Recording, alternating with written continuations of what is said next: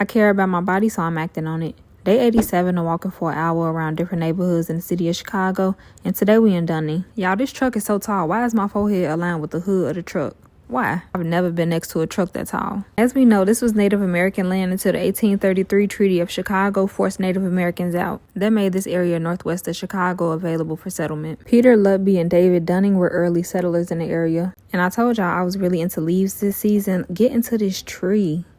Is she not beautiful? This was remote prairie land, making it ideal for Cook County to purchase 160 acres from Lutby for an insane asylum in 1851. This was a new poorhouse and insane asylum for the city of Chicago. It was also known as Cook County Poorhouse. It eventually began to support tuberculosis patients. It expanded to support up to 1,000 patients in general and added a schoolhouse for the children. Initially, there was no nearby train station. The closest stop was 2.5 miles away, so people had to get off and walk that far. Cook County commissioners built a 3-mile track and arranged for a daily train to run through the complex via Milwaukee and St. Paul Railroad. Built in 1882, it was referred to as the Crazy Train. It brought in patients and medical supplies. After the Civil War, Andrew Dunning purchased 120 acres just south of the Cook County property to start a nursery and lay the groundwork for a village. But the proximity to the insane hospital kept many settlers away. The train depot was named Dunning after the nearby property owners. Soon after, the nearby area as a whole began to be referred to as Dunning. In the 1880s and 90s, the landscape remained sparsely settled. The Scandinavian Lutheran Cemetery Association purchased 65 acres just south of Dunning's property in 1886. Y'all, when I spotted this loose dog, I stopped so fast and turned the other way.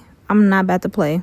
Because if I was to get chased by a dog, I promise you I'd be on top of somebody's car somewhere. But I'm just going to avoid that situation completely. And I enjoy when I find a block that have a row of bungalows. Just the whole entire street is bungalows. It's something so satisfying about that. That property became Mount Olive Cemetery. Jewish families purchased 40 acres near the Scandinavian Cemetery for burials. There was a picnic grove in the area with idyllic scenery as well as a tavern that attracted visitors. Y'all, I noticed the squirrel making this sound.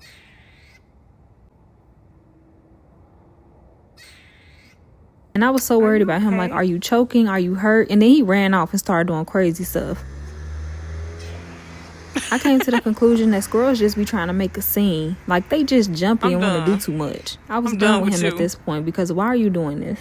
I saw quite a few older people in the neighborhood getting their exercise in, which I absolutely love because I'm definitely going to be that older woman walking in the park. Following World War I, the population began to rise with residents of Polish, Swedish, and German descent. In 1934, Wilbur Wright Junior College was built. Chicago Reed Mental Health Center was also established here. There was more residential and commercial growth in the 1980s. By the year 2000, the population rose to approximately 42,000 people. See y'all in the next one. Bye, y'all.